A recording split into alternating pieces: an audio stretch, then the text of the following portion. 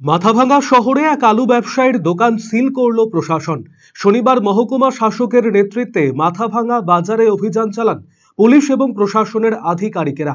কালোবাজারের অভিযোগে এবং সঠিক কাগজপত্র ছাড়া ব্যবসা করায় দোকানে তালা ঝুলিয়ে দিল প্রশাসন। পাশাপাশি 50 কেজির মতো আলু বাজেয়াপ্ত করা হয়েছে। মহকুমা শাসক জানিয়েছেন, কালোবাজারের অভিযোগ পেয়ে বাজারে অভিযান চালানো হয়। গোপাল সাহা নামে এক আলু ব্যবসায়ী সঠিক কোনো কাগজপত্র না থাকায় তার দোকান সিল করে দেওয়া হয়েছে। যদিও ওই ব্যবসায়ীর দাবি তার সমস্ত কাগজপত্র রয়েছে, কিন্তু তার কাছে নেই। দু একদিন সময় দিলে দেখাতে পারতেন। দোকান বন্ধ করে দিয়েছে বলে জানিয়েছেন তিনি।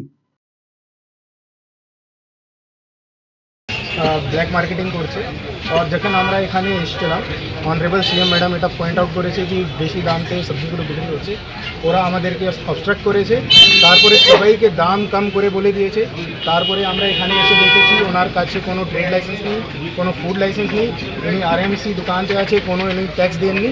তো তাই জন্যে আমরা ব্যবস্থা নিয়েছি, এই যে স্টকগুলো আছে ওরাকে আমরা সিজ করে নিয়েছি যে উনি ব্ল্যাক মার্কেটিং করছে, আর রুল অনুযায়ী আমরা এটাকে সিল করে দিয়েছি। যখন অবধি এরা প্রপার লাইসেন্সগুলো অ্যাপ্লাই করবে না, নেবেন না আর আরএমসি টাকা দেবেন না, তখন অবধি এটা বন্ধ থাকবে। এই বিভিন্ন জায়গায় আরও চলবে, যে আমরা রেগুলারলি আসতে থাকবো। এখানে জয়েন্ট সবাই অ্যাডমিনিস্ট্রেশন পুরোটা আসবে আর চেক করবে কি যে প্রাইসেস আছে ওটা উইদিন লিমিট থাকতে হবে। স্যার কটা আজকে তো এটা মেন সেক্রেটারি আছেন যে পুরোটা এই ব্যবসায়ী সমিতিকে দেখেন, মেন পাইকার আছে এখানে। আমরা কমপ্লেন পেয়েছি আর যদি আমরা আরও কমপ্লেন পাবো আরও খোঁজ নেব কি মতলব এখানে কিছু গড়বড় হচ্ছে, আমরা ব্যবস্থা নেব। কতখানি কোয়ান্টিটি অলমোস্ট এখানে তো গোডাউন আলাদা আছে, এখানে অ্যারাউন্ড 50 কেজি ছিল, ওটা আমরা কাস্টডিতে নিয়ে নিয়েছি। Thank you.